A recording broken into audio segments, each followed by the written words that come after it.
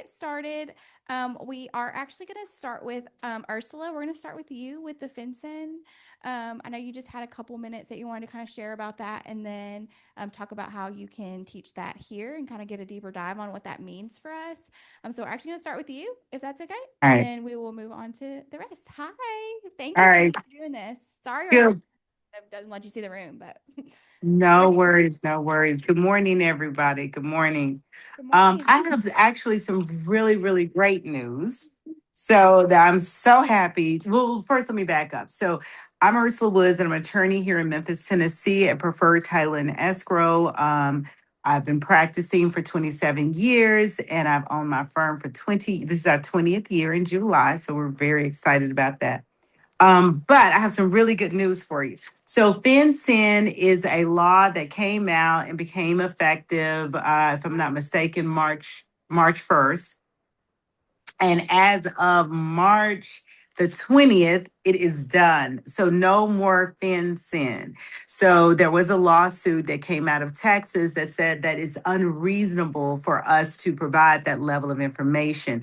And based upon, just to give you a little more, just to give you some background to it, based upon the authority under the Bank Secrecy Act, they won the case. Therefore, we do not have to take the extra step of reporting the private information of your sellers. So I just wanted to, and buyers. So it's a win-win for us in the real estate world, because I do believe that if you have an LLC or a trust, there is an expectation of privacy there, and it should remain. So I don't have to teach a FinCEN class because you're no longer responsible for reporting Yay. I was gonna FinCEN. say, I So just told everybody in the room, I was like, well, we planned this before the 20th, so this is new news. correct. But thank you for coming on anyways and telling us that we could spread the news that that's not something we have to worry about. You're so very welcome. But I do want to just share briefly, I do have other classes I teach, one of which is emotional intelligence for realtors. It just helps to make deals go smoother when you're working with people and others who are under high stress. So if y'all are interested in that, I love to present on that at another Love time. that. We would love that. We'll get with you All and right. see when you can come to another team meeting. Thank you so All right. much. No, I You're love welcome. this Have a stuff. great day, guys. Thanks, All Ursula. Have a good day. right. Congratulations on 20 years. Thank you. Bye bye. All right. Awesome. Well, then cool. Well, we don't have to worry about FinCEN anymore, which was kind of uh, something we were a little bit worried about. So awesome. Well, I'm going to introduce you guys, Brooke and Cole, right? Colt, sorry. You're good. Colt and Brooke, and they're going to come up and talk a little bit about some of this. Oh, Kelly, you did. Hi. Sorry, I know you were coming with Stacy, but I haven't seen her yet. Running behind. Okay, cool. I'm gonna let them get started, I guess, and that way Stacy can come. Is that okay? Okay, cool. Cool. Awesome. Okay, I'm gonna let you guys get started with this, and you can just introduce yourself and let us know what you got. Hello, everybody. My name is Colt Parati. My business partner, Brooke Pilot, is here. We run a wealth management group here in Memphis and surrounding areas. Really, the biggest thing we're going to talk about today is kind of financial planning and, more importantly, tax savings for you. So, as you're all aware, some of the biggest issues that y'all face is going to be unpredictable income. Some of you may have issues with tax planning because of that unpredictable income. And then obviously, I think everybody has this, is just kind of retirement uncertainty. And the other issue is kind of just no employer sponsored benefits. So really what we want to focus on today is some solutions, potential solutions to those problems. So we're going to talk about cash flow strategy. And more importantly, we're really going to focus on maximizing tax deductions, tax deferral growth, and tax-free growth. I feel like I'm loud anyway, so I'm going to have to like whisper into the microphone. I'm Brooke Pilot, as Colt said, business partners. We run a financial planning firm, Dynasty Wealth Solutions. So let's talk about the cash flow strategy. This is one way that we like to work with clients, especially agents like yourselves, where you are heavily cash flow, depending on deals that you guys close. And then what do we do with that cash flow? One of the first things that we want to recommend to you guys is definitely you want to make sure that you're saving up for cash reserve. Okay, so 6 to 12 months of your living expenses in a cash position, glorified savings account, money markets are a great place to just kind of put that away. We don't want to see credit card debt and building up, because then that just creates a vicious cycle of interest that you guys don't want to accumulate. The next thing that we want to recommend for you guys, I can't even see it. There you go. Savings for your taxes. So as a 1099 income earner, you definitely want to make sure that you're putting back whatever percentage that is that your taxable income is. So that way, when you get to March, April of the next year, you're not surprised with a big old bucket of money that's due to the government. We can use different things inside that tax saving strategy. We have a money market option at Dynasty Wealth. Right now, it's yielding about a 3.4%, depending on where inflation goes with the war and what's going on right now geopolitically. Interest rates might go back up. You guys are aware of that in your business. So it's a good little savings to have. It's earning interest your money's making on your own money, okay? So the next thing, after you have done both of those first two buckets, the next two buckets are really retirement strategies. As a self-employed person, you do have opportunities because you don't really have a group plan. You don't have an employer plan like a 401k or a 403b. So a solo 401k is going to be the best place. Colt's going to touch on that on the next slide. A solo 401k is for people in your particular situation. You can max it out as the employee. If you're under 50 years old, it's $24,500. And then as your employer, you can also put up to 25% of your earned income on top of that 24,500. That's a lot of money that you guys can defer and be putting into a retirement bucket, because retirement's going to be here one day. And I keep saying retirement, but Colt and I like to refer it as work optional lifestyle when you get to that certain age. So you want to have something saved up, guys. So you want to start that. A SEP IRA, simplified employee pension. So we call it a self-employed plan. Similar to the 401k, he's going to talk to you about that. Different limits, different contributions, different avenues, but still an opportunity for you guys to be putting money back on a tax-deferred basis. Yes, ma'am. Yep.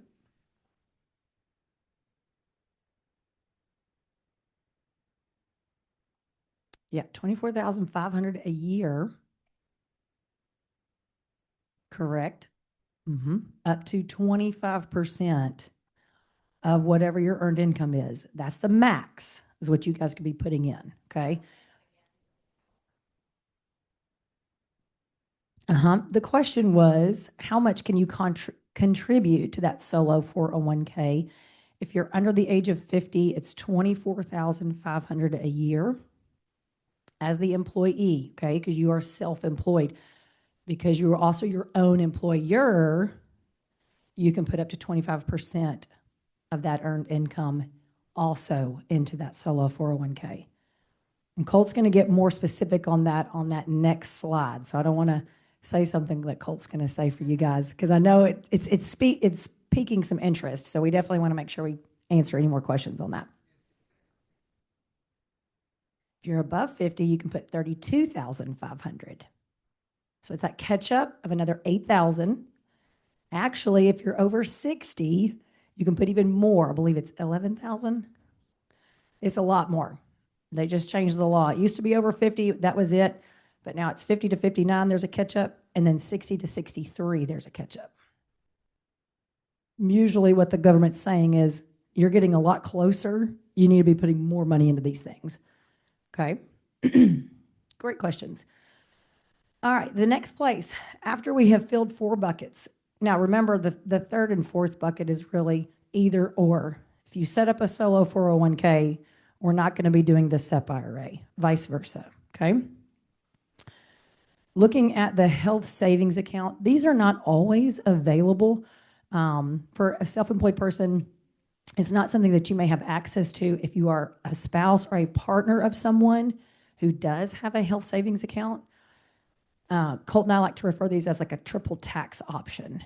Goes in there, tax, okay, pre-tax, so it helps lower your taxable income.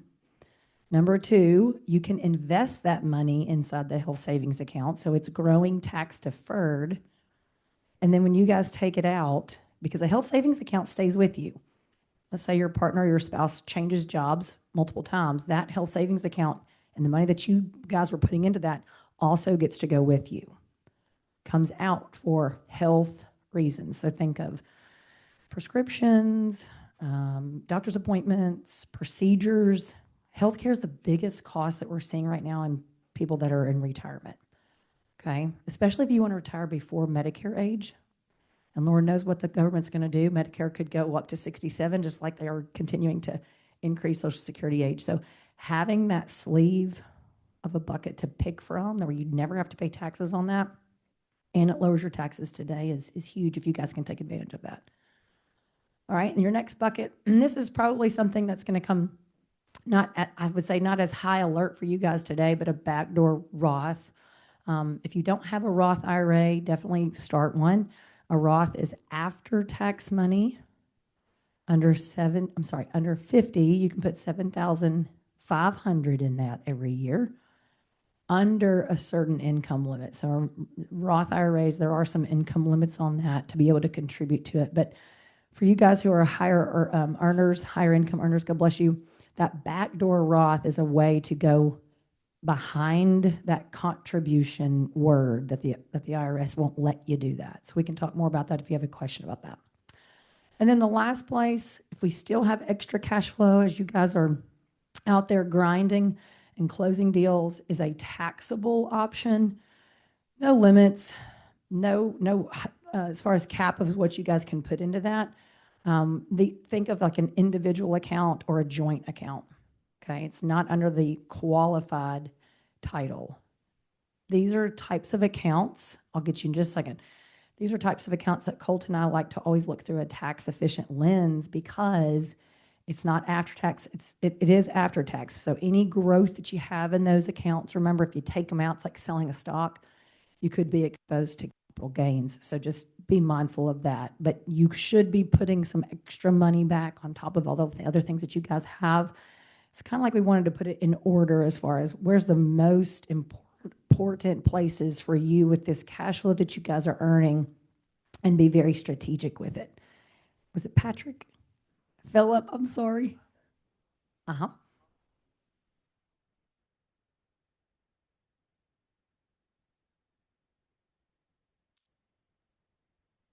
Yep.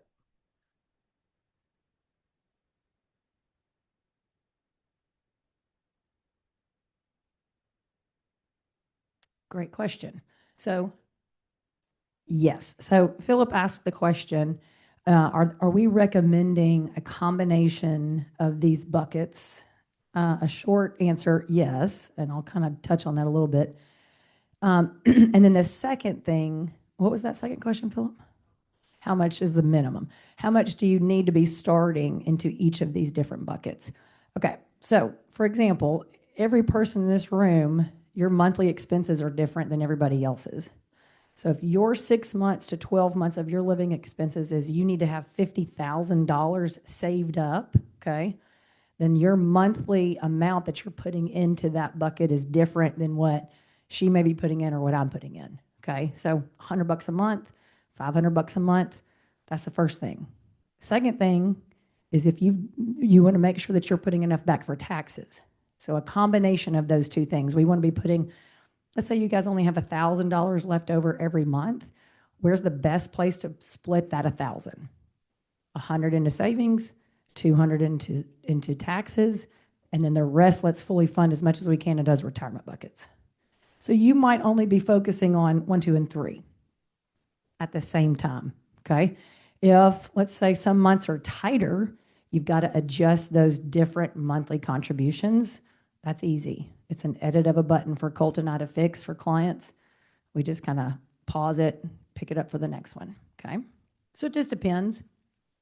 Minimums, I would say if you have at least $100 a month, especially when it comes to investments. The savings, there's really no minimum. Philip, if you've got $25, $50, start there.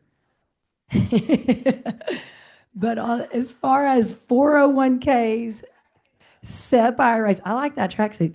401k, SEP IRA, and health savings accounts. If we're looking at an individual stock for you and it's $500 a share, we can't buy you anything until we've got at least $500 in there. Does that make sense? So you want to incrementally do, we don't want to break the bank. We're not recommending that you put every last dime into these saving waterfalls. You still have to live your life. You got to pay your bills. What we want you to think about is how much are those bills costing you? And then if you have any extra cash flow, where does it go, right?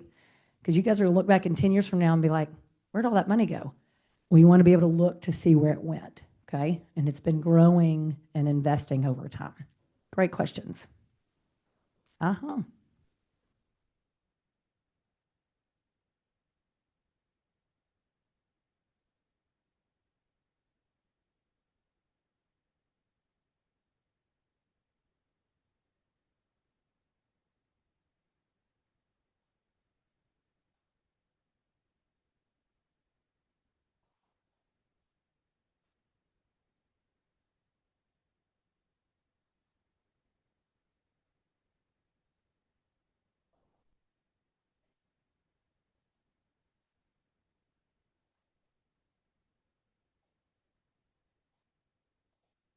Okay.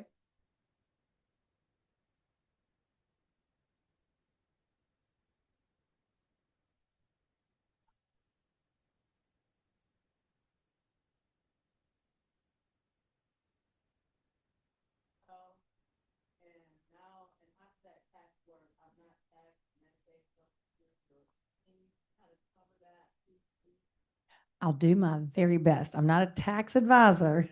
Yeah, but one of her questions for those that couldn't hear online, she owns an LLC.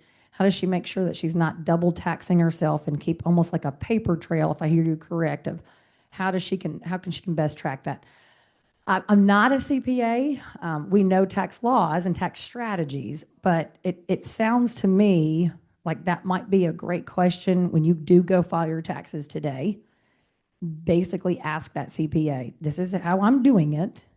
What do you recommend I continue to do that for the best paper trail so that way the government also doesn't come back and hit me? Yes, ma'am.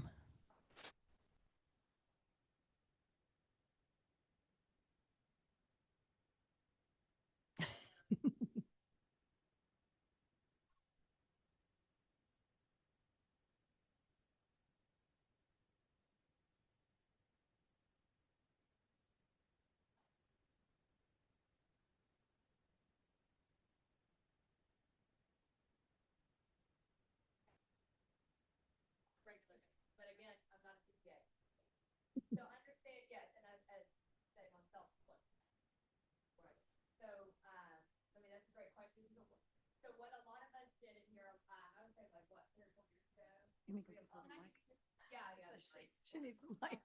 I just want y'all to know like what some changes. We were not able to have LLCs as real estate agents, and they changed that a few years ago. So a lot of people set themselves up with an LLC, right? And so I guess the question you need to find out is, are you setting yourself up for an S corp, and what's the pros and cons with that? Yeah. I will say, just somebody that's gone through it myself, you're going to set yourself up on a salary, and y'all better be prepared to pay the salary. Like I'm just going to give you my con to it. When the market is down, Yeah, I'm still having to pay it. So like for Scott and I, like we paid, I'm an open book. We paid ourselves significantly less than what my typical business would pay me. Does that make sense?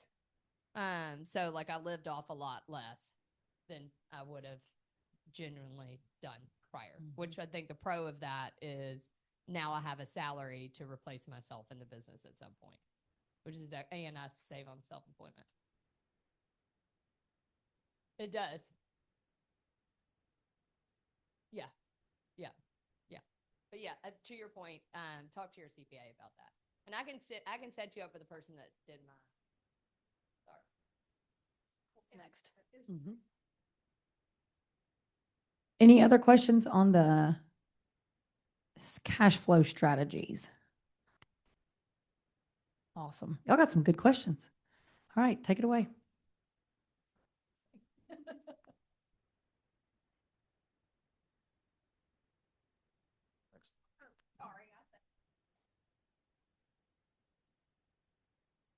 Yes, perfect. So basically everybody in this room, you have one of 2 options that everybody can do. So you have the solo 401k and a SEP IRA. So when you look at eligibility, The solo 401k is going to be anyone that's self-employed, but the biggest caveat is you have to have no people that are employees except potentially your spouse, okay? Now, with the SEP IRA, you can also be self-employed, but you could also have employees to do that plan. Now, when we look at tax benefits, you're going to have the same tax benefits. You're going to have immediate tax deductions and then tax deferred growth on anything that you save. Now, again, on max contribution, that is up to $72,000. The difference is on a solo 401k, you can put 100% of your compensation up to $72,000. So if you make $100,000, you can put up to $72,000 in there. That's off of your income. Now, the SEP IRA, it's only 25% of your compensation. So if you make $100,000, you can put up to $25,000 into that investment. That is off of your income. Any questions with that so far?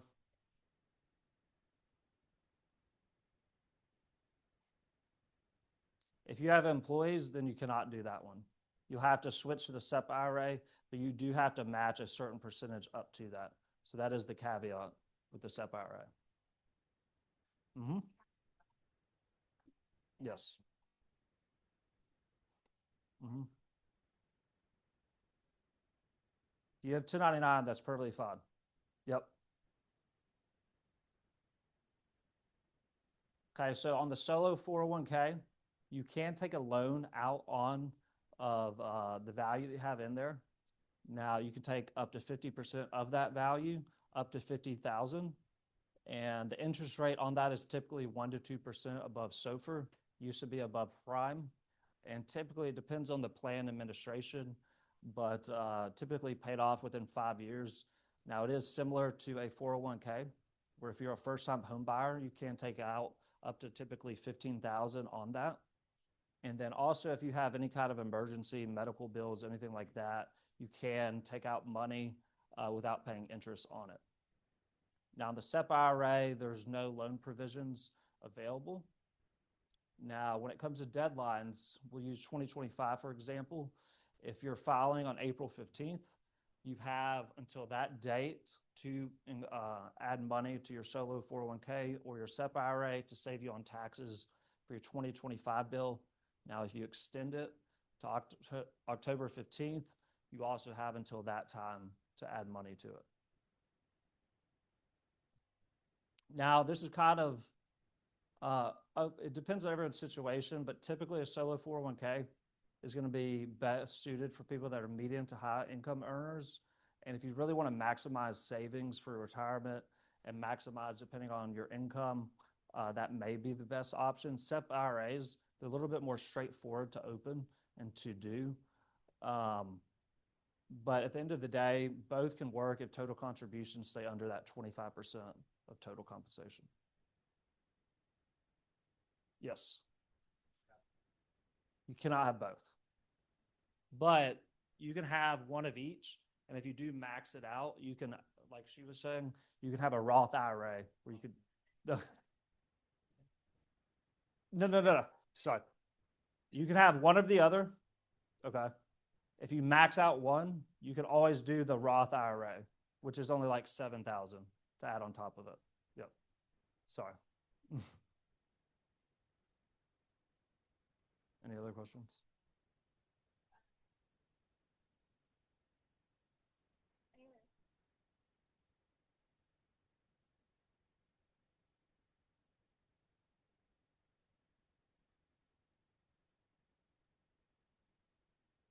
If they borrow it for a house down payment, like it's still considered a loan you have to pay back.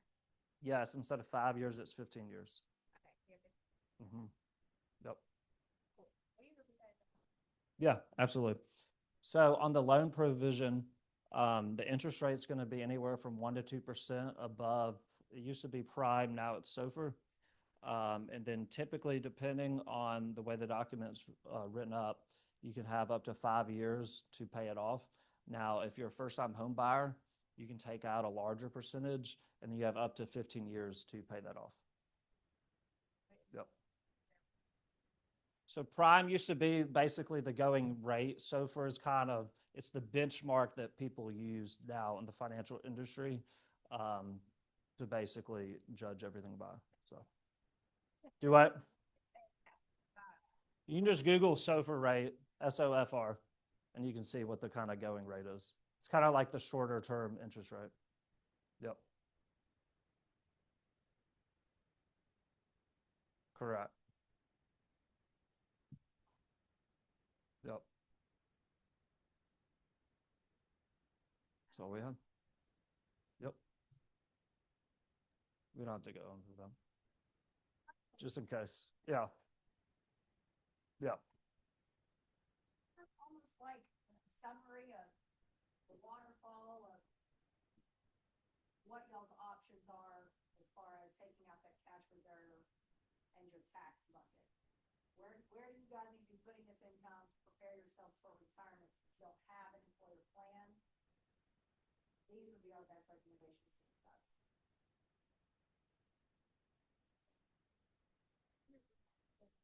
Oh, my bad. No, you're good. Just Yeah, so the first two, you can do either or, either the solo 401k or the SEP IRA. Secondly is the health savings account, and that's only really going to be if one of your spouses might be eligible for it. Now, if you max out the first two, the solo 401k and the SEP IRA, you can always do a backdoor Roth. Typically, it's $7,500. There's a catch-up contribution after 50 years old. And then the taxable is the last bucket where you can put unlimited amounts of funds in.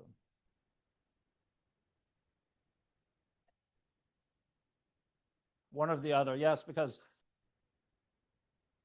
correct. So the order is what's going to help you the best on taxes. The first two buckets, solo 401k and SEP IRA, that's going to be off of your income, so it's going to save you on taxes initially.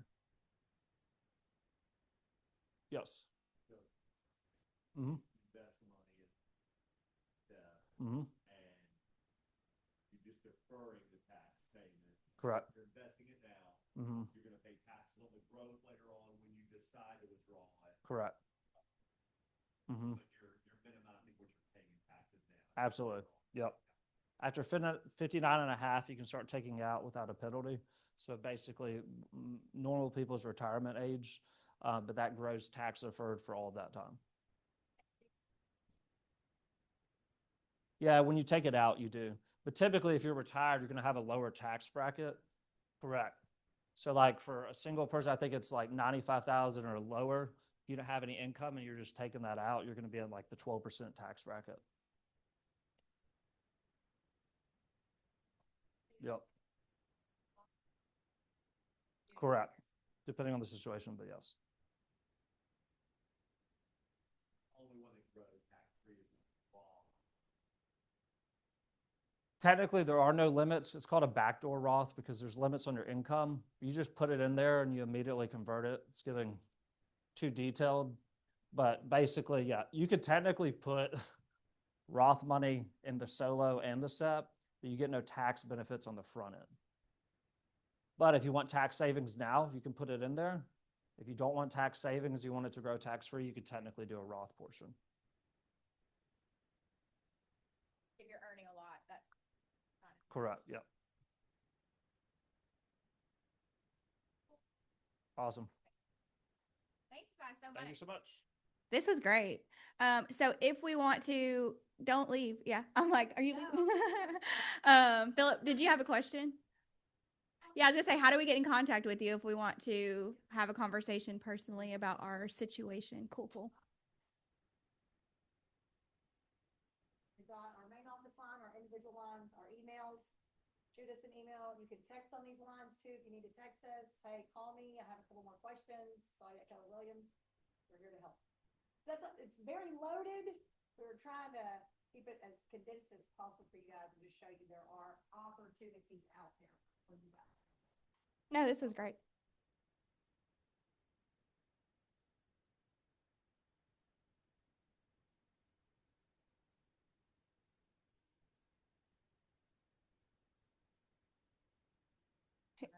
Yes, Philip asked if you recommend high interest savings accounts, and Brooke's going to answer that.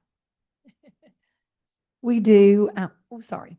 One of the things that we recommend is talk to your bank. A lot of times your bank offers you a money market option. Now there's certain minimums you got to keep in there, certain transactions. So just cross every T, dot every I as far as fees that they would charge you. Look there first. Another place is we do have money market accounts. They're free accounts. You start with, like I said, $100 a month, and you invest in that money market that's yielding about a 3.4. Now, if the Fed raises rates, that yield could go up. As we all know, if the Fed decides to lower rates, which we'll see, then that yield's going to go down, okay? So it's always going to be tied to what basically a glorified savings account. You don't want to put that money into the market, okay? Remember, that is for emergency purposes only, because life happens. Hot water heater, new tires, somebody loses a job, okay? So think of that as liquid. You want to have that liquid to you at all times.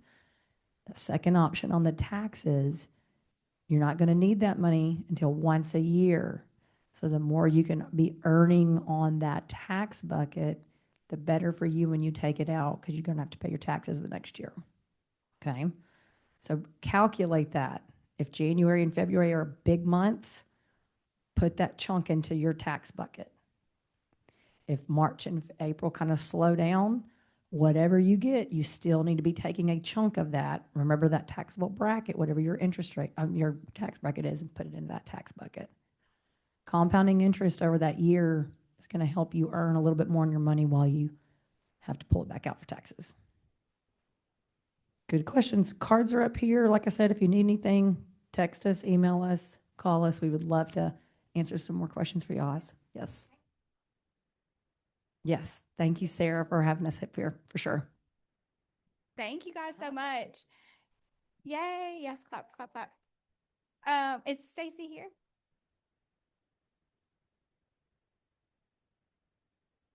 Oh, that's okay. Stacy, I was gonna say Stacy at Home Surety gave us lunch today, so I know it's already here. Were you just hanging out, or did you want to say something? Pinnacle's here too. Okay, we kind of did it together. Cool. Well, I'll let you come up and talk too. Perfect. I'll give you this. Okay. Thank you. Yeah, and this is Brad with me.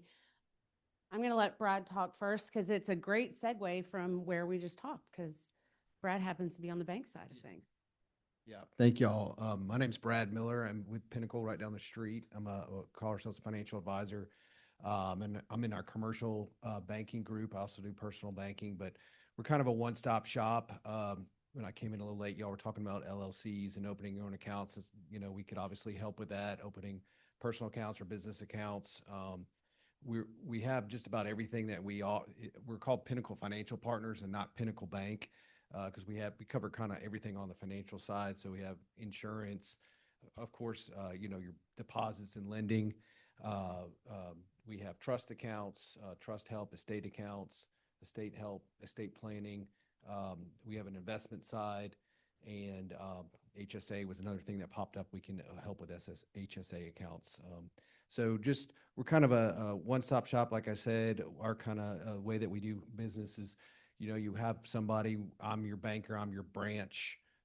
My clients all contact me if they need anything, and we don't have 1-800 numbers, things like that. So, but have everything. We're happy to be here. Also, HELOCs, another thing. I know Kelly's going to talk about mortgages, but we also do all that. And on the personal side, that might be something that's needed. So anyways, here to help for advice if you guys have any questions.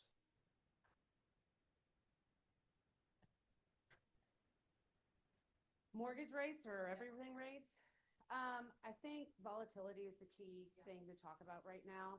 It's not only the fact that we're in a conflict, but you can't. Oh, okay. I didn't want to scream into it because I'm a loud person anyway. I think the key thing to think about is volatility, up or down. And volatility means not just that it's heading in a different direction, but the variations in which it heads there and how long it stays there. So the best thing for our market is moderate movement. That's what makes buyers and sellers feel good about taking the next step. Right now, we don't necessarily have that. So there are still people in the movement process just because they're like, well, we're not in the 8s, so I feel better about where things are going. So keep that in mind when you're having these discussions, is the volatility. We're still comfortably in the low 6s right now, which is great. A couple of weeks ago, we were in the high 5s, which is also great. So keep in mind, not just where we are in the conflict, but when are we coming out?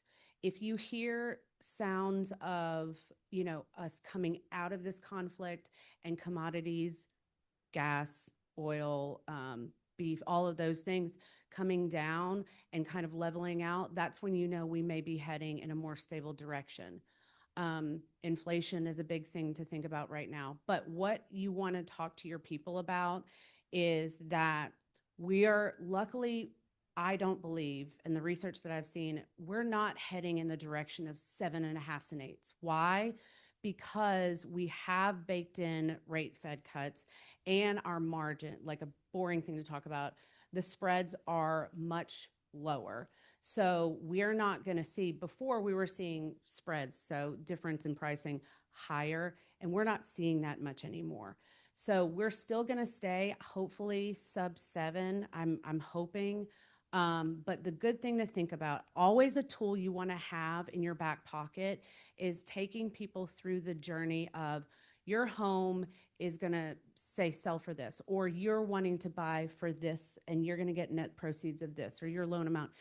What is that difference between that 625 and that 6625? What are you actually looking at in a difference in price? And if that piece, that difference in price, doesn't bother them, then maybe they should still take that journey to sell or to buy. Like, what is the pain point really? What does that dollar sign difference look like?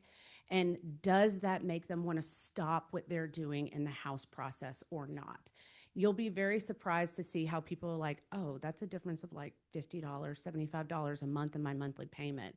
I'm still okay with that. That pain and that price difference isn't big enough than the pain of being on top of each other and we need extra room. Okay, so take it out of the number of the rate and into how does that make a difference in my actual life? Does that make sense? So I hope that helps. Does that answer everybody's question? Kind of roundabout. All right. One thing I want to talk about today that's new is, and it's new as of January 1, is our Pinnacle Legal Professional Loan. So think of a doctor physician's loan. Has everybody heard about a doctor loan, a physician's loan? If not, it was match day on Friday. So keep that in mind. There are lots of new residents heading to Memphis in the next 3 months. We're a huge medical hub, so think about that when you're out doing, any type of business development that you're doing. Lots of residents coming into Memphis, lots of interest. So a doctor's loan is 100% financing. It's up to 100% financing, which is great. On our end, it's up to $1 million at 100%. So that means no down payment as long as they qualify. No PMI as long as they qualify for that. But legal loan, think of the same thing that a physician can get, but it's for an attorney. So I'm talking closing attorney, tax attorney, title attorney, any attorney that you may know can absolutely have this loan. And on top of that, there are not many, but if you know anyone in a C-suite level executive position for a firm that's not an attorney, they also can take advantage of this loan. So that's 100% financing up to $1 million. And then also no PMI. So that's a big thing. Like if people are very, insistent on keeping their payment lower, they want to put down 5%, they can do that, no PMI. 10%, no PMI, all of that. So that's a great option. And it's primary and second homes. So if you have people looking for that vacation property, they can take advantage of this loan for that purpose as well. And also they can do it if they have a high rate on their current loan. Let's say they did have a 7.5 or a 7.625 from a year and a half ago. They can refi into this lower rate option and take advantage of that new payment. Same with cash out refinances. So if they can see, hey, does it make sense to do a HELOC or does it make sense just to do a cash out refinance and we can pay off some of that debt even with a lower rate? So it's not just a purchase option, it's a tool. Think of these mortgages as a tool for you all to maybe do other things for your clients and become a holistic resource for them. So I have sheets for this, a little cheat sheet for you guys for this, and just think of us as your next door neighbor financial resource in all types of ways. And they're great partners for a lot of the things that they just discussed. And I'm so glad they talked about a backdoor IRA, because that is something that a lot of people don't talk about. I actually have taken advantage of that for the last, I think, 10 years, and it's built up our savings tremendously. So I love all these options. It's so much more, I feel like the way that they explain it is so much better than maybe what you're used to, maybe the Dave Ramsey way. It's a little bit more effective, a little bit more detailed, especially for self-employment. So I love that. Thank you for that. So, for match, if y'all are wanting to run ads, it may be a good idea to start running ads, maybe Memphis and match. Call me today. Do y'all have anything like that? I mean, I know you don't have like a match day for attorneys, but like when are these now? Yeah. So let me tell you, just pull back the curtain of what I did, because this is the first time I've done business development for match. A lot of people do that. So you'll see some of the same names and the same followers. Go to UT Health Science Center, Nashville, Memphis, wherever you think people are coming to. They're going to post who their new residents are that matched. They're also going to post their name and where they're coming from. Ole Miss, Georgia, wherever. If you're seeing a big trend in where some of these students are coming from, maybe run some ads there. They have, and this is a great thing for not only the legal professional, but for the physician's loan, they can close on these loans in-house up to 90 days before start date. That's your key. Their wives, their husbands, themselves, the last thing they want to deal with approaching their start date is moving late. These people are wanting to get here end of May, mid-June at the latest, because usually their start dates are in July. Orientation in June, okay? So you're gonna want to start looking at those match days now. For me, I'm looking at where we have a footprint, where we can do these loans. It's not everywhere for me, but it's in the Southeast. But for you guys, it might be everywhere. These kids are coming from Washington, UCLA, all over, and Memphis. UT Science Health Center is a huge teaching hub. So they're coming from everywhere. So I think I went through Instagram and I saved probably 25 posts. But in those posts, I think I have no, I didn't bring that in. I listed the school, how many residents they have. Okay, so each school program, because UT Health Science Nashville, OBGYN, UT Health Science Memphis, OBGYN, that's different. Chattanooga, they're all different. So take that list, figure out how many residents. You can't hit everybody, but really prioritize. I think I have a potential of at least 300, and that's just, I mean, I'm being very, very selective with those. So think about that, send them some DMs, make sure you put a little bit about what they actually, they have side hustles and things like that. Don't just blanket send everybody, because they're going to sniff that out real quick. Ask ChatGPT, but make it personal. You will not get, from my marketing side, you're probably going to get maybe a 7% response rate. Don't get frustrated, because if you think about it, your ROI on that time versus 3 loans for the next, or 3 sales purchases in the next 6 months, is that worth it to you? Is that revenue worth it to you? Okay, so think about it. For me, it might be different than you all. So understand what you want to do with that, what your expectation is. If it works, great. If not, find a way to make it better. And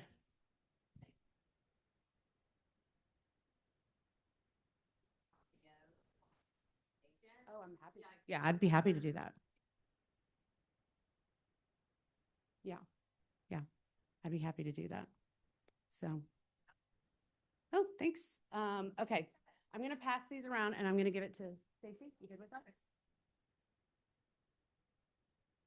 Got here just in time. Yes. Hello. Thank you. How are you? Yeah.